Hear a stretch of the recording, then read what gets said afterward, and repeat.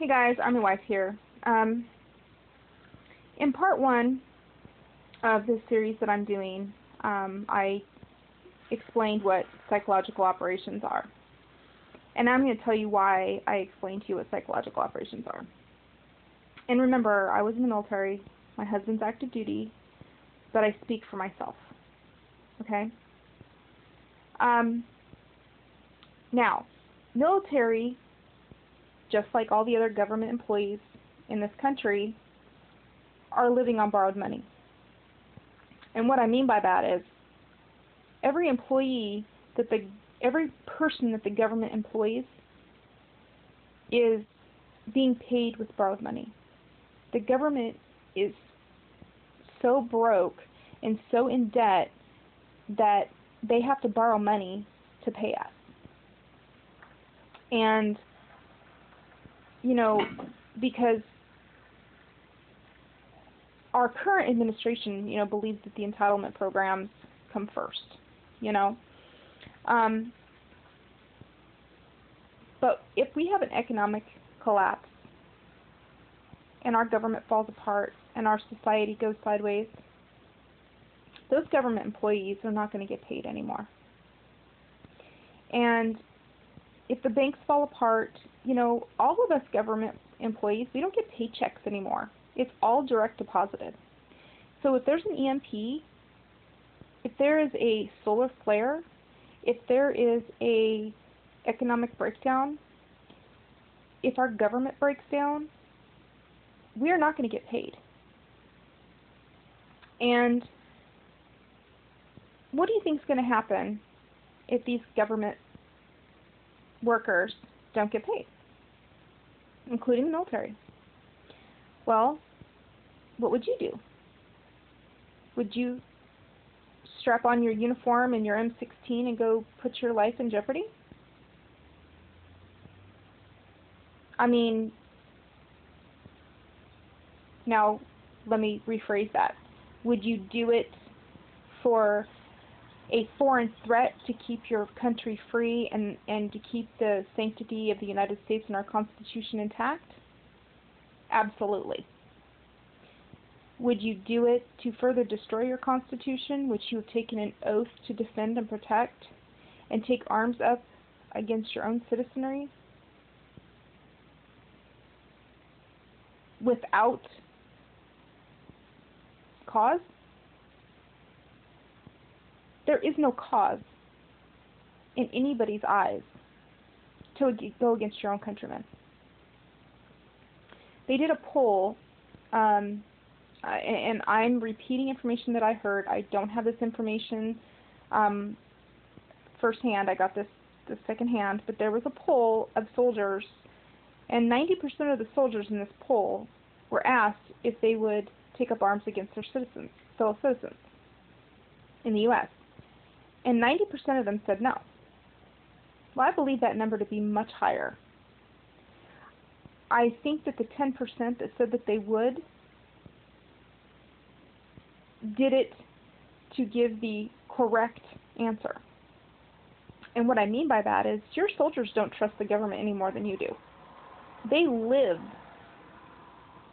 with the government lies and disorganization and misinformation.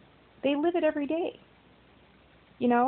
I wouldn't be surprised if that 10% didn't say, is this a trick question? And if I give the wrong answer, is something going to happen to me? So think about that. How many soldiers do you think would tell the truth on that poll? I'm surprised 90% of them did, to be honest with you. But 90% said they would not. Okay? Now, you have U.S. forces that have not left any of the countries that President Obama said he was pulling people out of. Okay? They're still sending people to Iraq. Nobody's being pulled out of anywhere. As a matter of fact, we're moving into more and more countries and more operations all the time.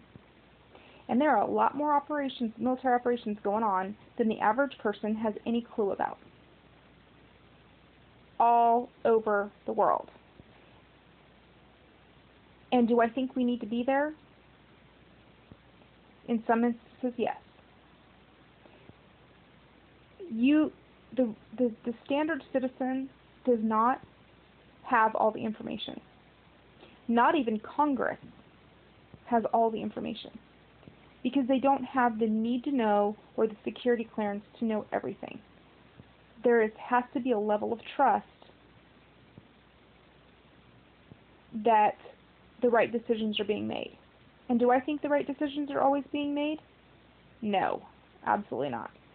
But I also think that what you hear on the news isn't always the truth. No, it's never the truth. It's never 100% the truth, especially when it has to do with the military. You are being fed the same information that the rest of the world is being fed. And do you think that for a second that the real situation is going to be revealed for our enemies to find out? No. That's ridiculous. And I don't know if you've ever heard the term, but loose lips sink ships. And that's a fact.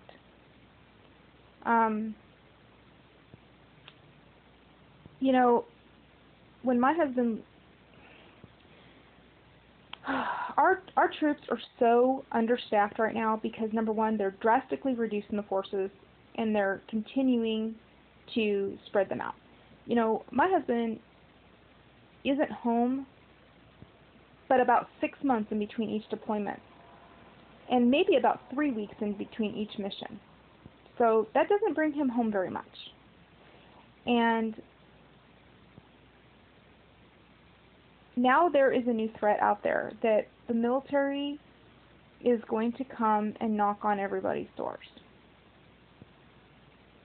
Who? Who do they think is going to do that? Well, there's the National Guard. But think about who the National Guard is. The National Guard is your brothers, your sisters, your nephews, your nieces, your aunts, your uncles, your neighbors. Look around you. Are those people going to come in and take your food and your supplies and haul you off to Guantanamo Bay? Seriously? Now, I'm not saying that that isn't possible in a few instances, that may happen, but on a large scale, I don't see that happening.